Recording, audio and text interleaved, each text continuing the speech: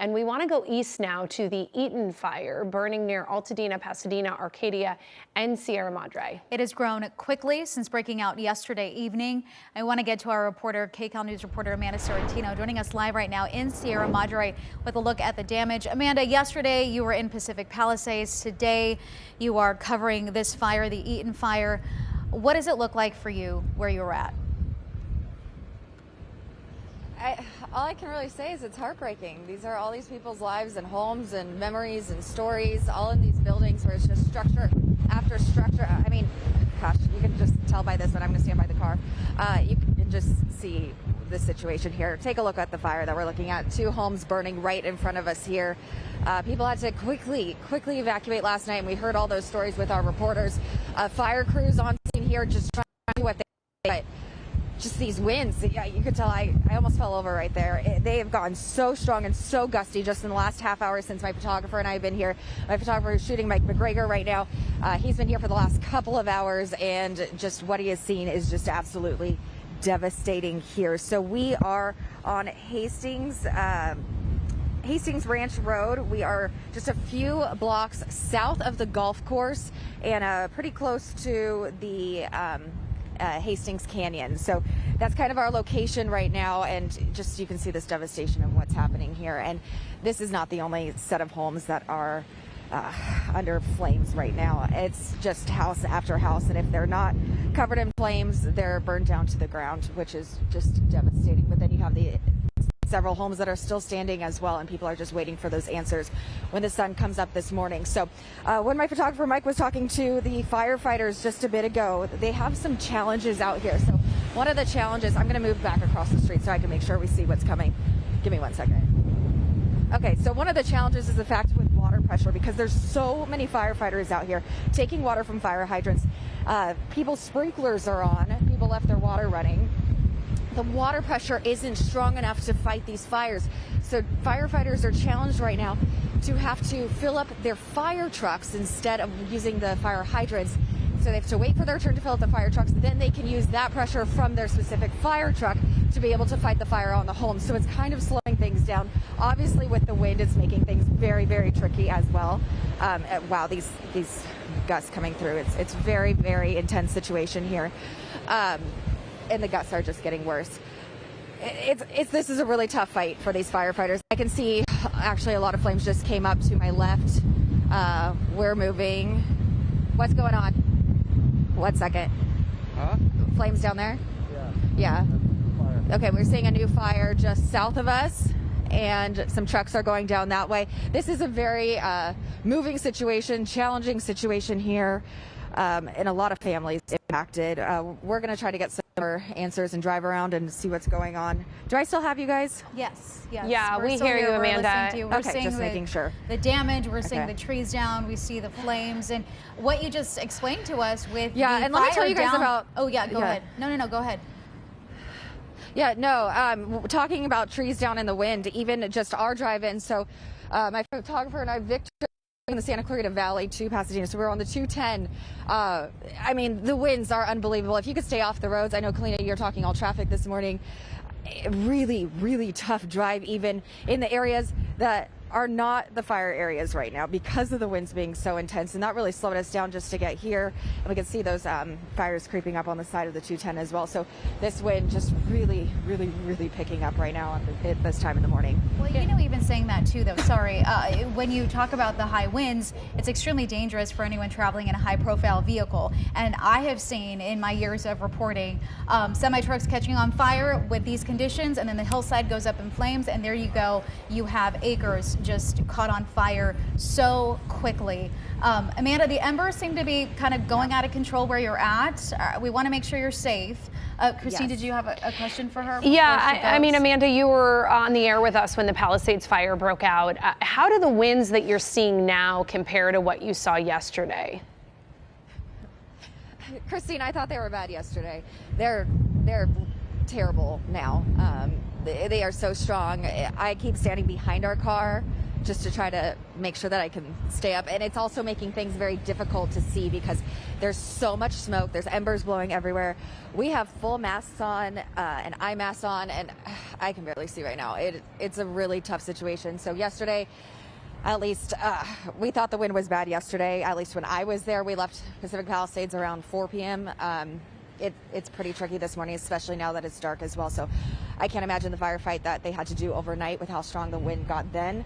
But it's bad. And right now we have, 52,000 evacuation orders here in the Pasadena area, 20,000 structures under evacuation orders, evacuation warnings, 46,000 residents, and 18,000 structures under evacuation warnings. That's just a lot of people that are being displaced right now. And I'm sure watching this and seeing these images, it has to be so frightening and so scary with all of these homes here. And I think my photographer, Mike McGregor, is getting up in the, yeah, I see him. Okay, so he's right next to that fire.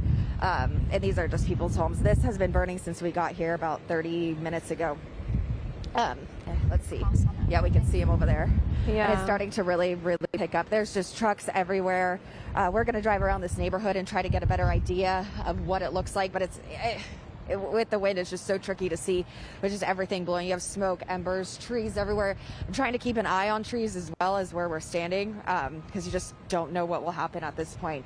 Oh, also on our way here, we saw what I thought was lightning, but transformers blowing as well, which was just so intense to see on the way over. So just a very devastating and heartbreaking situation here in Sierra Madre, guys. And Amanda, you can see, right in front of you, you have those homes on fire. To the right of you, you have homes still standing.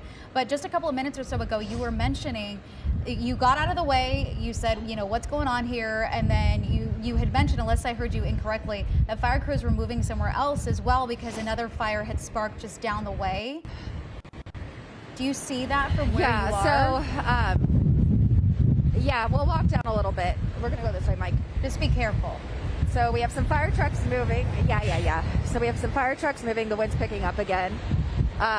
So these are some trucks just trying to figure out their hose and water pressure situation over here. And then straight ahead to the fire truck in front of us, it's to the right was where that fire just came up. I'm not seeing as many flames, just a little bit. I don't know how far we can get away from the truck right now. But yeah, so we'll keep walking down. So we're on Hastings Ranch and Valley Lights. And these are some new flames right here, actually, that we're walking over to. So you're able to see this home right here on the corner. This is another one, actually, that we were not able to see.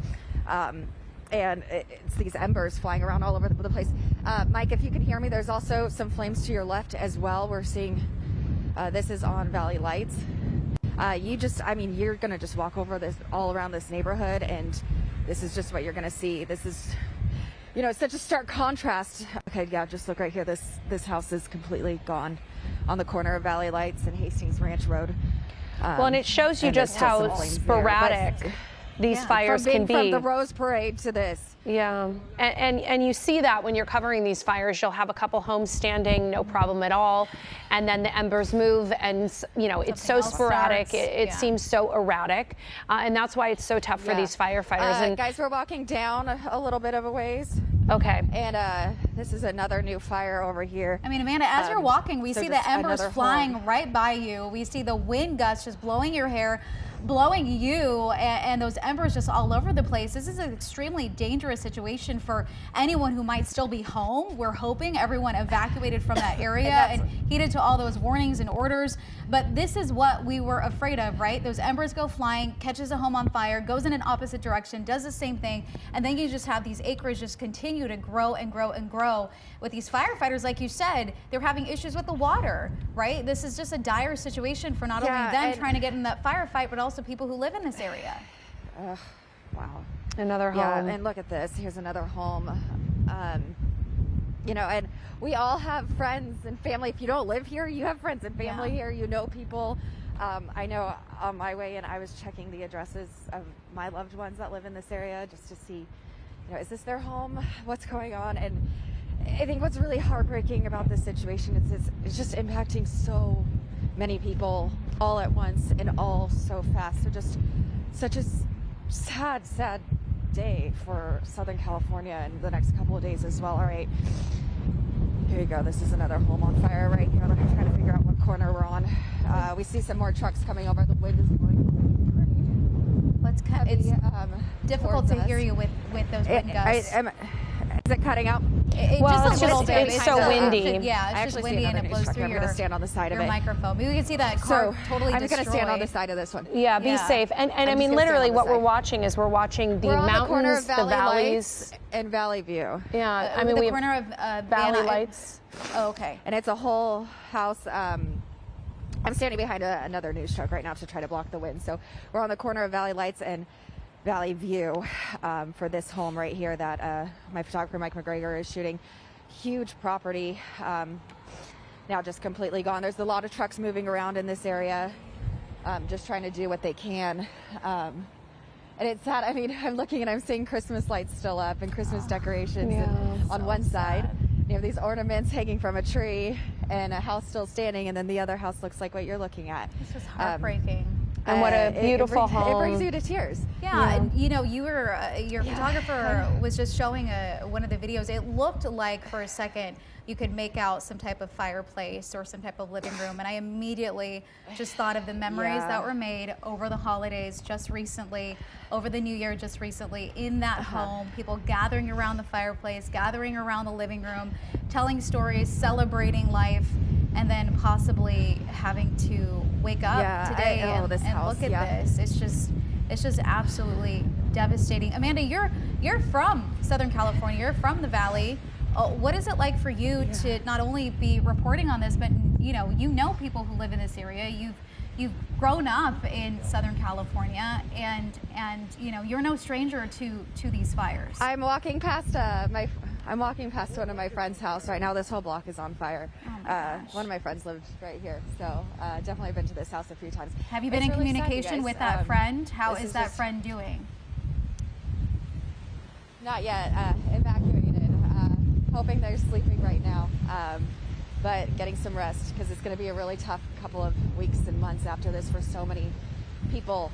After this entire block is gone, you guys. But they were able to get out of that hole. Okay, ow. Yeah, we got them. There's too many embers here. Okay, Amanda, you go back to the truck. Yes, get out of that area as soon as you can. Yeah, and no, be we're safe. Good. We're good. We're good. We're good, you guys. Okay. We're okay. We're okay. We're good. Just a wind gust. Give me. And that's that? 1 second. Okay. Watch for that. And yeah, this entire block of, let's see, we are on Valley Lights Drive off of Valley View Avenue. It's completely gone. There are a few houses still standing, but most of the homes on this street are gone. And you haven't seen anyone come out, right? So situation. It's pretty much a ghost town there aside from the fire department.